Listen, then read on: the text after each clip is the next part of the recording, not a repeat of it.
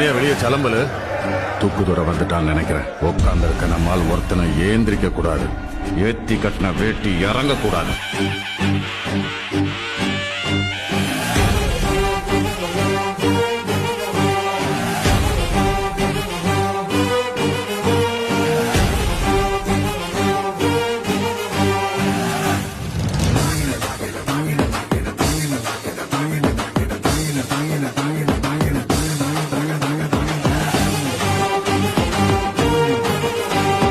எதிர்க்கட்சி தலைவர்களுக்கும் என்னுடைய வணக்கத்தை தெரிவித்துக் கொள்கின்றேன்.